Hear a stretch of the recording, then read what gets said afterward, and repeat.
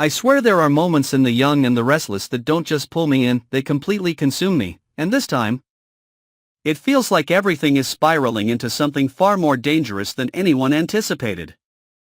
Like a storm that started with a single lie but is now tearing through every relationship, every fragile alliance, every hidden insecurity. And I can see so clearly how it all begins with something that seems almost ordinary on the surface, a message, a call for help. The kind of thing no one in that family could ever ignore, especially when it involves Nick, and that's exactly why Sharon and Noah fall for it. Because their instincts tell them they're doing the right thing, that they're stepping in to protect someone they love. But what makes it so devastating is that their loyalty, their urgency, their need to act, becomes the very weapon used against them. Because Matt Clark has already anticipated every emotional trigger, every predictable reaction, and when Sharon and Noah arrive in Las Vegas, believing they're walking into a confrontation they can manage, they're already too deep in a plan designed to break them. The moment they step into that abandoned building, everything shifts, and I can almost feel the weight of the silence pressing in on them. The kind of silence that isn't empty but loaded with intention, with danger, with something lurking just out of sight. And Sharon begins to sense it first, that creeping realization that something is wrong, that this isn't about helping Nick at all, but by then, turning back isn't simple anymore, because Noah is already moving forward, driven by anger, by protectiveness, by the belief that he can take control of the situation, and that's exactly where Matt wants him, because this isn't just a physical trap.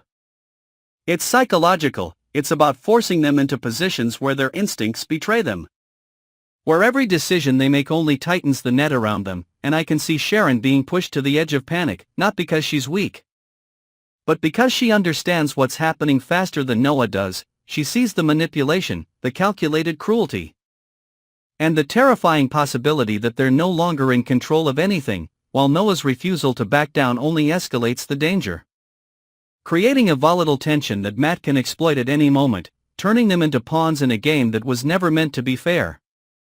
At the same time, across Las Vegas, Nick, Adam, and Chelsea are caught in a completely different kind of trap. One that doesn't rely on locked doors or physical threats but on something far more insidious, because Matt is dismantling them from the inside out, forcing old wounds to resurface, reigniting rivalries that were never truly resolved, and I find myself drawn to Adam's internal conflict. That constant battle between who he was and who he's trying to become, because every move Matt makes seems designed to drag him backward, to provoke the darker instincts he's spent so long trying to suppress, and the more Adam tries to stay in control, the more it slips through his fingers, while Nick is caught in his own storm of frustration and guilt, knowing that his family is in danger but unable to predict where the next blow will come from, and Chelsea stands in the middle of it all, absorbing the tension, recognizing the fractures forming between them, understanding that this isn't just about survival anymore. It's about whether they can hold themselves together long enough to fight back, because Matt's true objective isn't just revenge, it's destruction. He wants them to turn on each other, to collapse under the weight of their own history, to lose sight of what actually matters. And that's what makes him so dangerous, because he doesn't need to overpower them physically if he can dismantle them emotionally.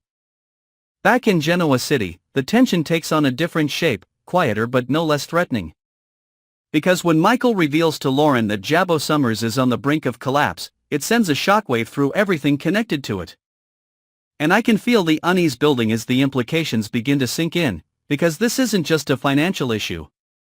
It's a power shift waiting to happen, and Phyllis, with all her ambition and relentless drive, is suddenly facing the possibility that everything she's been working toward could crumble, not because she wasn't strong enough, but because she underestimated how ruthless the game has become, especially with Victor positioning himself to reclaim control of Newman Enterprises. And that changes everything, because Victor doesn't just compete, he dominates.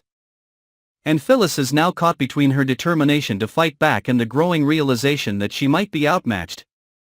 And I can see the pressure building inside her, that refusal to back down clashing with the fear of losing everything, creating a tension that could push her into making choices she can't undo, because in a world like this, hesitation is a liability.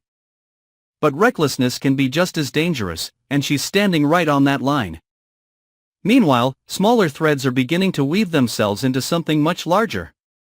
And I can't ignore the significance of what's happening with Nate, because when Dr.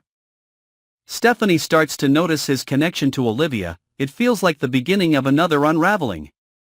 Another secret that won't stay buried for long, and in this world, secrets are never just personal, they're leverage, they're currency.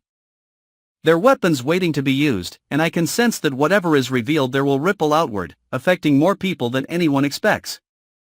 While Christine preparing a surprise for Danny adds a layer of contrast, something that should feel hopeful, almost grounding. But even that carries an undercurrent of uncertainty, because nothing exists in isolation right now, every moment. Every decision is part of a larger pattern that's building towards something explosive.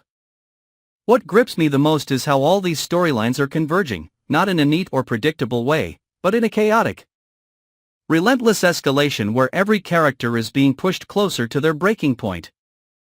Sharon and Noah are trapped in a life-threatening situation that's forcing them to confront fear and helplessness in ways they never have before. Nick, Adam, and Chelsea are fighting a battle that's as much internal as it is external. Phyllis is staring down the possibility of losing everything she's fought for, and the secrets surrounding Nate, Olivia, Christine, and Danny are quietly setting the stage for even more upheaval, and it all feels connected. Like pieces of a puzzle that only make sense when you step back and see the full picture, a picture defined by betrayal, ambition, desperation, and the terrifying reality that sometimes the greatest threat isn't the enemy you see coming, but the one who understands you well enough to turn you against yourself. And I can't shake the feeling that this is only the beginning. That the real fallout hasn't even started yet, and when it does, it's going to leave scars that none of them will be able to hide from, no matter how hard they try.